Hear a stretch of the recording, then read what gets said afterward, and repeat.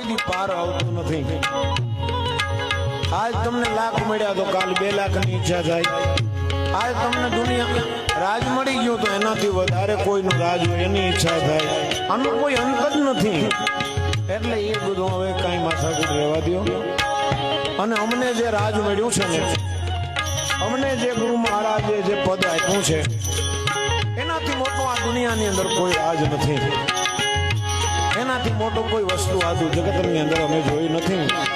ગોપીચંદ રાજા કે